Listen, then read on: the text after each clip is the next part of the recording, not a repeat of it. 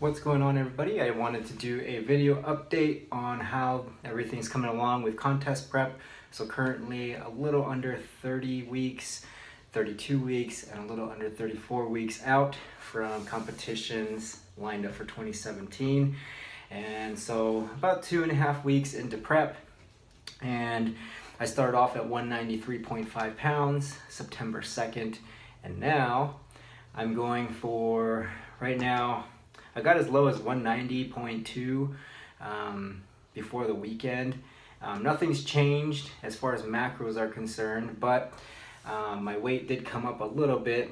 It was like 191.2 this morning, or 191.4 pounds. So it actually came up 1.2 pounds. But I know weight fluctuates, and even down in weight this afternoon. So I just weighed in. And it's like close to 6 o'clock p.m. and I'm 191 on the dot. So I don't know what will happen tomorrow for my weigh-in when I send it to my coaches, Roger and Allie Baker. But honestly, I know weight fluctuates, but I could see some changes happening or adjustments being made to my plan or program for the upcoming week. But currently, I feel like my physique is changing. With everything that's going on this past week, I switched jobs. So I started my new job last week Wednesday. So what I'm doing is I'm working in a clinical setting, doing VO2 max testing, RMR testing. I'll be doing all those, and then exercise prescription and programming. So just for general population, as people are losing body fat. And so I really like that approach, just because in some programs they kind of just shy away from doing strength training, but in reality, if you want to hold on to lean muscle tissue during a fat loss phase, you do need to give your body a reason to hold on to muscle, just because muscle takes a lot of energy to store. And if you're in a deficit of food, your body looks for ways to be efficient and run efficiently without having to work really hard, and almost tries to conserve. And so a lot of people don't realize that you have to strength train, you have to do some resistance training to help retain while you're losing body fat. But that's what I'll be doing. Really excited about it. So I've been training, and it's just been really fun to do something that I've been going to school for. I graduated back in 2006, got my ACSM cert. Haven't really been able to use it, but now I'm really excited to actually do some exercise prescription. So what does that actually mean, though? So before, when I was working for my other job, my schedule was I worked at 9 a.m. to 6 p.m. and I could work out at 3 o'clock in the morning. Even for my previous job, even though I started at like 5:30, 6 o'clock in the morning, I still was able to get my workouts done before going to work. But now, since I am changing jobs, my schedule is now 7 a.m. to 2:30 in the afternoon. And then on Thursdays, I work from 7 a.m. to 7 p.m., so a 12-hour day, and then every other Saturday from 8:30 to 1:30. So me working out at 3 o'clock now isn't gonna happen for the most part, just because my workouts take about 2.5 hours to complete, especially if it's a compound lift day. There's just no chance of me getting out any sooner, just because right now, I am finding that I am really grateful for those 5 to 6 minute rest periods between sets, just because I do need that time to recover. In the building phase, I took it all for granted because, hey, I wasn't a surplus of food. So, I wasn't like, strapped for energy.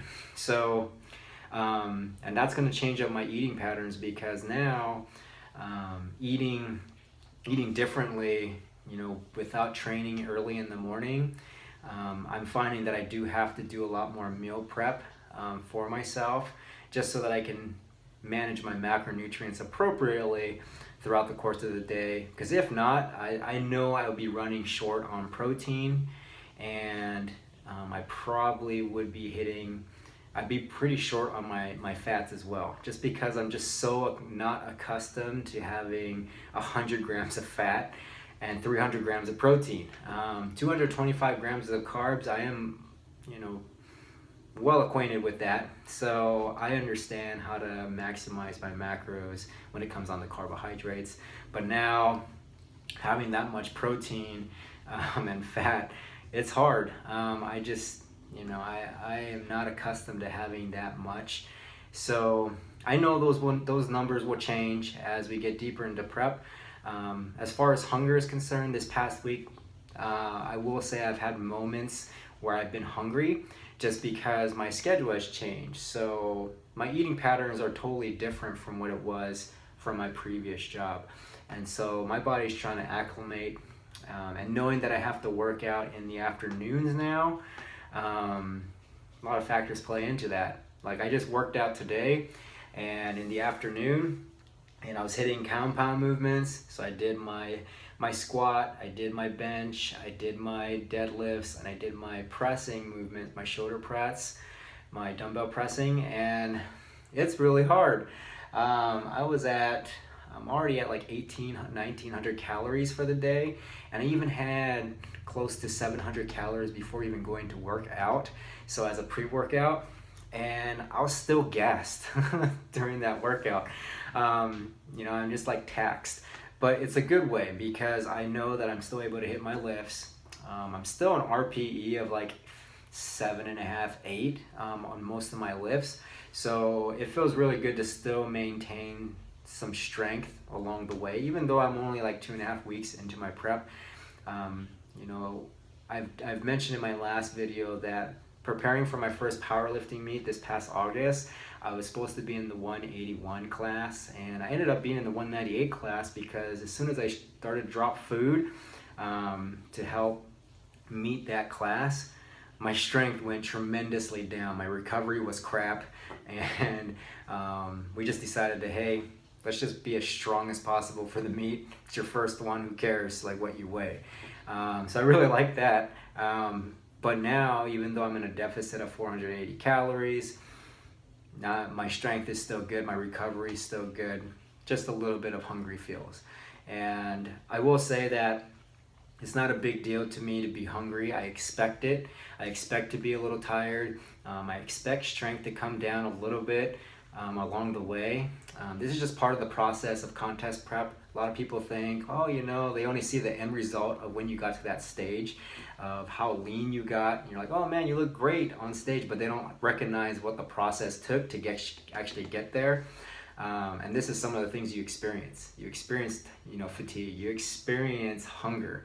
And each person has to come to the realization that all these things are going to happen, no matter what approach you take. You just have to be willing to accept that and continue to push forward and move forward. But I will say that I don't know what my weigh-in will be like tomorrow. I've got to take some progress pics tomorrow morning right when I wake up, and get a weigh-in, measure my waist, and send it to my coaches along with other information for the week, how my programming, my training has been. So I'll be interested to see what they say, if I have to make some adjustments to my program, which I probably will expect, just because the weight is kind of stalling or fluctuating a little bit. So other than that, feeling really good. I'm probably going to do a video on like what I do, what do I eat for the day, especially in like my longer days, because like I said, I have to plan a lot more to be able to engage and hit all my macronutrients before I come home, because by the time I come home, I basically don't want to do anything, and I don't want to have to prepare any food. So by then it's probably just like ending macros of maybe some dessert or just another protein, just to hit my 300 grams appropriately. But I do have to switch up my workouts as well when I'm doing them. I used to do Monday, Tuesday, Thursday, Friday, but now I'm probably going to end up having to do Tuesday, Wednesday, Friday, Saturday, just so that I'm able to complete my workouts and not be at the gym super late for my Thursday long day. So other than that, if there's any questions, if there's anything that you have questions about, by all means leave them in the comments and I will definitely address them. But other than that, thanks for checking in.